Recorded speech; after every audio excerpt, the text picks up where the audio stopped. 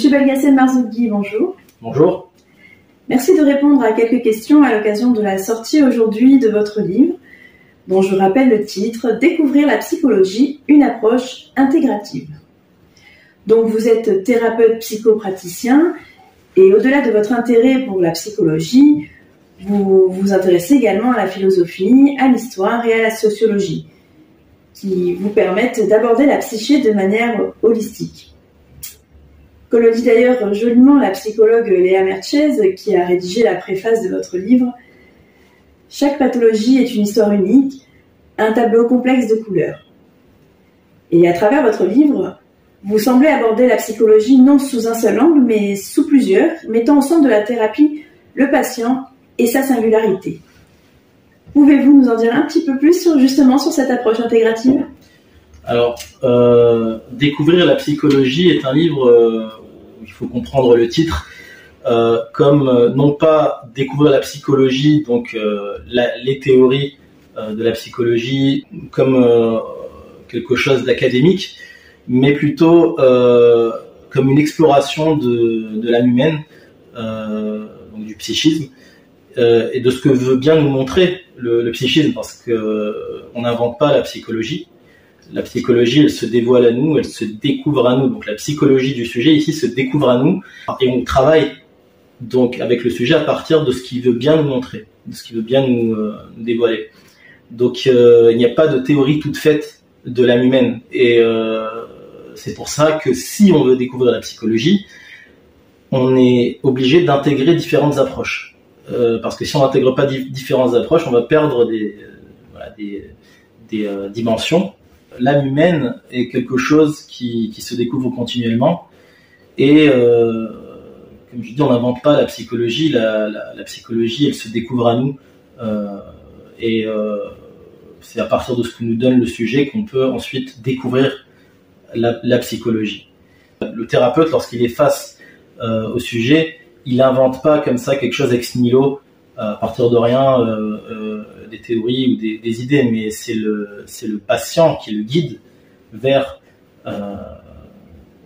son âme, en fait. Oui, tout à fait. Je vois d'ailleurs que vous intégrez différentes approches comme la psychologie humaniste et la psychologie transculturelle, mais vous partez quand même d'une base psychodynamique et analytique. Oui, tout à fait. Je pars d'une base psychodynamique qui s'inspire de la théorie de l'inconscient de Sigmund Freud, et qui a en fait donné naissance à la psychanalyse, ou ce que Jung appelle la psychologie des profondeurs. Donc on est quand même dans quelque chose d'analytique. Mais je ne suis pas psychanalyste, donc ça il faut bien le dire. Je ne suis pas psychanalyste, mais j'utilise à partir de la base psychodynamique, je convoque d'autres approches comme celle que vous avez évoquée, hein, mais aussi je peux parfois utiliser la thérapie cognitivo-comportementale, comme la méditation pleine conscience, ou la phénoménologie, ou même l'esprit des arts martiaux, parce qu'on retrouve des similarités dans les arts martiaux et dans la psychothérapie, par exemple, en tout cas dans la posture du thérapeute. Et je convoque aussi bien sûr la neurobiologie pour comprendre le comportement humain. On ne peut pas faire abstraction de la neurobiologie aujourd'hui, parce que c'est quelque chose qui nous éclaire sur notre inconscient.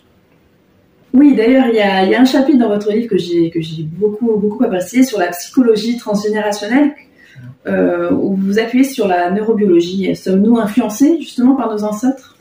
Oui, bien sûr. Il y a des expériences neuroscientifiques qui le démontrent, et j'en parle dans mon livre en détail. L'ADN a une mémoire, et il transmet quelque chose aux générations qui viennent. Donc ça peut être des pathologies, ça peut être des traumas, ça peut être plein de choses. Et bien sûr, oui, il y a une transmission. Et d'ailleurs, ça me permet de valider le fait que l'inconscient est une réalité qui existe par la neurobiologie. Oui, mais vous donnez aussi d'autres exemples très pertinents qui nous font questionner sur notre existence. sur la thèse de l'inconscient. Vous êtes d'ailleurs très critique à l'endroit de la théorie de la sexualité de l'enfant de Freud. Mais valider la théorie de l'inconscient ne vous oblige-t-il pas à être un petit peu freudien ? Non, absolument pas. On n'est pas obligé d'être freudien pour valider la théorie de l'inconscient.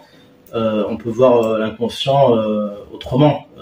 Vous avez des auteurs comme Carl Jung qui parlent de l'inconscient collectif, qui considèrent que en fait l'inconscient est une question d'archétype. Donc lui il voit ça plus à travers des symboles. D'ailleurs c'est ce qui a conduit à la rupture avec Freud de Jung, parce qu'il critiquait le fait que c'était une vision pansexualiste. L'enfant, pour moi, en fait, quand mon expérience me guide à penser que l'enfant est né sain. Donc, je suis assez rousseauiste sur cette question-là. Pour moi, l'enfant n'est pas un être pervers ou un être sexuel. Vous avez l'inconscient chez Adler qui est pour lui l'inconscient c'est la volonté de puissance. Vous avez Viktor Frankl qui parle de l'inconscient comme quelque chose de spirituel. Il a d'ailleurs un livre qui s'appelle du inconscient. Donc il y a une dimension du sens dans l'inconscient.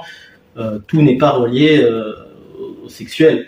Donc ce qu'il faut comprendre en fait, c'est que l'inconscient c'est une énergie latente dans l'homme en fait, et qui est là, avec laquelle il faut travailler. Il y a quelque chose en fait qui est dynamique et latente. Voilà. Et on peut travailler avec.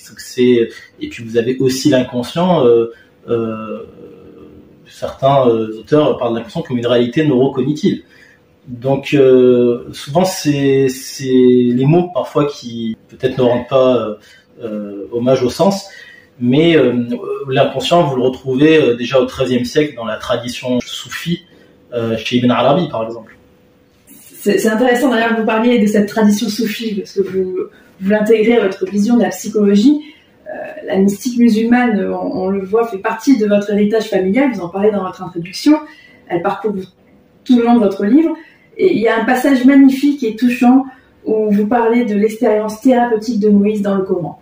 Pouvez-vous nous en dire un petit peu plus ? Alors, oui, j'utilise aussi des concepts soufis, et puis bon, je prélève en fait dans la tradition mystique musulmane des éléments comme là l'histoire de Moïse, et en fait je la mets en parallèle avec la psychologie institutionnelle de Jean Houry, qui est une vision humaine et qui est une vision qui respecte la singularité du sujet. Et en fait, je compare le thérapeute, bien sûr toute proportion gardée, à Dieu qui accueille Moïse en fait dans un espace d'accueil, un espace de rencontre, où Moïse en fait est accueilli par Dieu, mais avec un tact. Et ça, je vous laisse vraiment découvrir dans le livre. Ce tact-là est vraiment quelque chose d'assez spécial.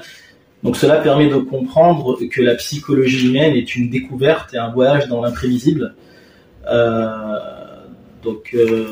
Où se trouve à la fois la maladie, mais aussi la guérison. Comme le disait le maître Ali, le gendre du prophète, qui est le maître de toutes les voies mystiques musulmanes, il disait qu'il y a en l'homme en fait à la fois la maladie et à la fois la guérison. Monsieur Belgacé Marzouki, merci. Merci pour cette interview très intéressante. Au plaisir de vous revoir pour d'autres productions. D'ailleurs, vous avez écrit un autre livre qui s'appelle Psychosagesse, où vous effectuez une réflexion psychologique sur des sagesses de maîtres soufis. Et je rappelle à vos futurs lecteurs qu'on peut découvrir votre livre sur le site Amazon. Il est disponible. Donc, Découvrir la psychologie, une approche intégrative, qui est, comme le titre le dit, une véritable découverte de la psyché humaine et même au-delà, un voyage au travers de l'âme humaine. Merci. Merci à vous.